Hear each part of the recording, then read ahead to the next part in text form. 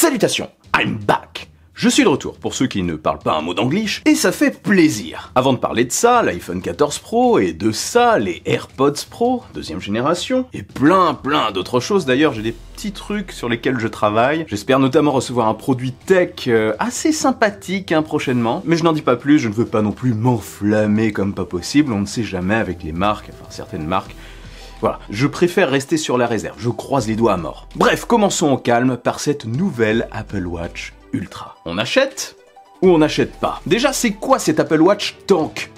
C'est clairement un char d'assaut ce truc. Regardez ça, on dirait une Apple Watch avec du blindage. Déjà, c'est pas une Apple Watch Pro. Bah oui, c'est une Apple Watch Ultra, gros malin. Non, vraiment, ce n'est pas une Apple Watch Pro pour moi. Je m'explique, c'est pas le positionnement du produit, ce n'est pas un produit estampillé Pro par Apple. Et c'est pas pour rien. C'est tout simplement pour moi le positionnement des nouveaux produits Ultra d'Apple. Nouvelle gamme. Une Apple Watch Pro aurait été plus fine, plus séduisante, plus sexy, on va dire, que cette Ultra. Plus élégante, plus passe-partout, un peu comme l'Apple Watch 8, mais peut-être avec un nouveau design et des matériaux un petit peu plus premium. Un petit peu aussi à la manière des iPhones et des iPhone Pro. L'iPhone classique est celui qui rassemble les technologies plus classiques. Prochainement, ça sera celui qui rassemblera les technologies de l'année passée des pros. Il est aussi plus accessible, il était aussi plus accessible, ça j'en reparlerai aussi dans une autre vidéo parce que il y a beaucoup de choses à dire. Et le Pro, eh bien, beaucoup aimeraient l'avoir, il fait de l'œil à plus de personnes, mais il est un petit peu plus inaccessible et les gens se disent, est-ce que j'ai vraiment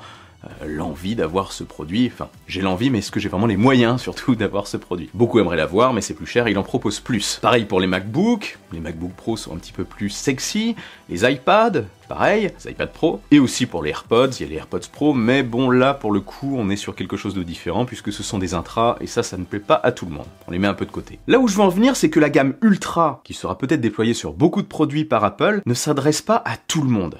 C'est vraiment une gamme qui cible une certaine catégorie d'utilisateurs pour certains usages. C'est nouveau pour Apple, qui se veut en général plus grand public. Enfin, c'est nouveau. On avait aussi le Mac Pro, mais j'en reparle après. Donc c'est une gamme qu'Apple commence à introduire et qui s'adresse à une clientèle ciblée. Le premier terme vraiment ultra est arrivé avec le processeur M2 Ultra, M1 Ultra pardon, ça c'est pour bientôt le M2 Ultra, destiné à des usages bien particuliers. Je ne serais pas surpris qu'un iPhone Ultra voit le jour prochainement, j'en parlais d'ailleurs dans une précédente vidéo qui est sortie il y a plusieurs mois, où j'évoquais la possibilité de l'arrivée d'un iPhone Ultra pliable, ne s'adressant pas à tout le monde, qui proposerait toutes les options des pros, mais avec en plus un écran pliable, ou alors un écran beaucoup plus grand. Un iPad Ultra aussi, ça serait possible, avec un grand écran de 14 ou 15 pouces. Un produit qui ne s'adresserait pas, encore une fois, à tout le monde de par sa taille, et ciblant peut-être les créatifs. Ou un Mac Ultra qui pourrait, selon moi, pourquoi pas, remplacer le Mac Pro, qu'on attend prochainement. Bah oui, ils peuvent changer l'appellation, tant ce produit est vraiment destiné à une clientèle particulière de professionnels. C'est vraiment un produit très performant, qui cible des tâches extrêmement lourdes. Enfin bref, vous voyez l'idée. Vous voyez donc pourquoi je dis que l'Apple Watch Ultra n'est pas une Apple Watch Pro. C'est une montre connectée destinée aux sportifs de l'extrême, qui s'oppose directement à Garmin, qui vient la concurrencer clairement, c'est le but, avec une approche différente. Donc destinée aux sportifs de l'extrême, aux alpinistes, aux plongeurs dans les restos aussi, ceux qui plongent dans le... etc. Les sportifs qui ont besoin de quelque chose de robuste avec d'autres capteurs. Parce que oui, elle propose autant de choses que sur l'Apple Watch 8, mais quand même un peu plus. Une sirène 86 décibels qu'on peut entendre jusqu'à 180 mètres pour avertir autour de nous lorsque, par exemple, on est tombé dans une crevasse. Plutôt pratique ça, ou d'autres situations où on se retrouve bloqué pour qu'on nous repère plus facilement. Un GPS plus performant utile en montagne, notamment. 36 heures d'autonomie, soit le double de ce qu'il y a sur l'Apple Watch 8. Normal, elle est beaucoup plus épaisse, donc il y a une plus grosse batterie. Ça par contre je prends, l'autonomie. Un écran plus grand, avec un cadran robuste en titane. Écran plus grand, mais aussi des bords quand même beaucoup plus grands. C'est beaucoup moins fin et beaucoup moins esthétique, je trouve, harmonieux que sur les Apple Watch classiques. C'est massif. Un bouton personnalisable sur le côté qui permet de lancer des activités sans avoir besoin de toucher l'écran de l'Apple Watch. Ça aussi, ça peut être pratique avec des gants ou alors sous l'eau. Un profondimètre. Je savais pas que ça existait, un profondimètre. Enfin, je n'y avais jamais pensé, à vrai dire. Je me doutais que ça existait, mais je n'y avais jamais pensé. Enfin bref, on s'en fiche. Un capteur de température de l'eau, pour voir si vous êtes à -10 ou à -50, auquel cas vous êtes dans la glace. Un ordinateur de plongée, une résistance à l'eau jusqu'à 100 mètres au lieu de 50 mètres. 100 mètres de profondeur. Enfin bref, est-ce que vous avez réellement besoin de tout ça ?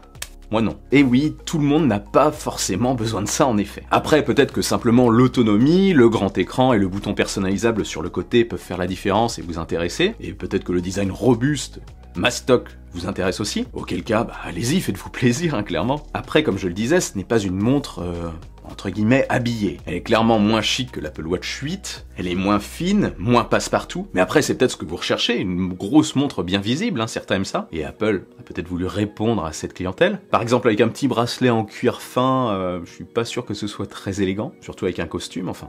Ce n'est que mon avis, encore une fois. Après, peut-être que je me trompe, faudrait tester. Bref, pour moi, c'est clairement un modèle qui est incompris par certains, pas par tous. Allez-y, en gros, si elle vous fait de l'œil, sinon l'Apple Watch 8 est très bien. L'Apple Watch 8, d'ailleurs, qui au passage n'est pas du tout un modèle light.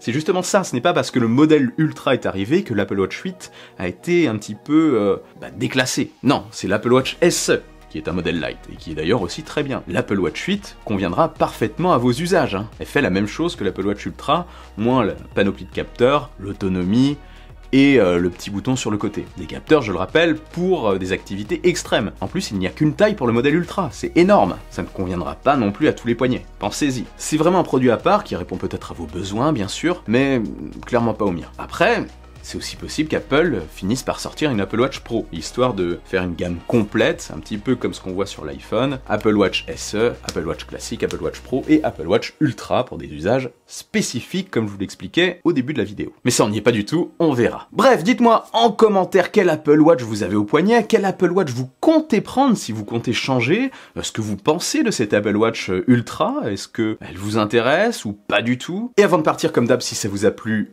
bon pouce en l'air qui claque, l'abonnement qui fait toujours plaisir. Je suis aussi actif sur les réseaux sociaux. Vive la tech, vive le futur. Rêvez les amis.